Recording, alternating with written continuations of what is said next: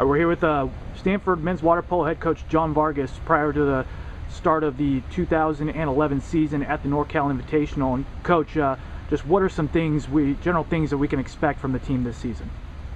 Well, we've been focusing a lot on our defense, and so I really believe we'll have one of our better defensive teams this year than we've had in the past. Mm-hmm. And you have a strong senior class of Jacob Smith, last year's leading scorer, returns, as well as Peter Sefton is back from, he just played in the World University Games, and you have Ryan Kent and goalie Brian Pingree. So you have 3 starters, and Ryan coming back for this year. So what kind of senior leadership can we expect from these guys? They've been great. They've brought a lot of leadership to the program from day one, starting in January. So that's been fantastic. And as well as Travis Knoll has really stepped up and has done a great job in guiding the younger players.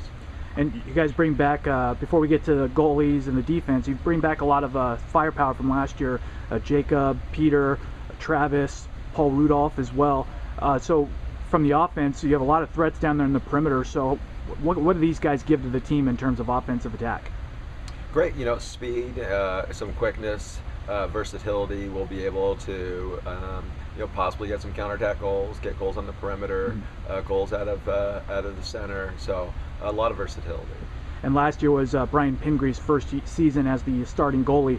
Had some great performances, such as the victory over USC here at Stanford, the MPSF semifinals against Cal in the championship game against USC. So with that 1 year as a starter under his belt this year, just what are we looking for in year 2? Oh, that was a great building year, and he's just getting better and better, and I'm looking for a big year out of Brian. And you have some freshmen coming in and some red shirts from last year, such as guys like Nick Hoverston, Connor Cleary, and Alex Bowen. Nick and Alex were just at the World Junior Games. So what are we going to see from those guys in their Stanford debuts this season? All 3 of those guys will make an immediate impact. Alex was just started his first practice yesterday, and immediately we saw the things that he can do. We've been just waiting on Nick to get healthy. He's 100%, and he can play both ends of the pool, so that's fantastic. And Connor Cleary is going to be a sleeper. I think he's a big, strong, fast kid who can play well at set or defend. So we're expecting a lot out of those 3 freshmen. And this summer, a couple of Stanford players like Jacob Smith at the World University, or excuse me, Peter Sefton at the World University Games, as well as we mentioned, Nick and Alex and Paul Rudolph were just at the World Juniors.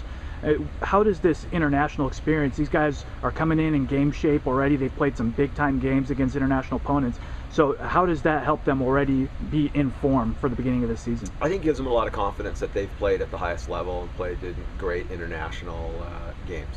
Mm-hmm. And this season, this weekend, going up in the NorCal tournament, going to be playing St. Francis and the potential matchups with Pacific in the same bracket as USC, #1 USC. So this year in the MPSF, what are we looking at in terms of Stanford's opponents? How does the MPSF shape up this year? The top 9 teams in the country are all in our conference. So it's going to be a battle every single weekend. This weekend we probably have the toughest draw.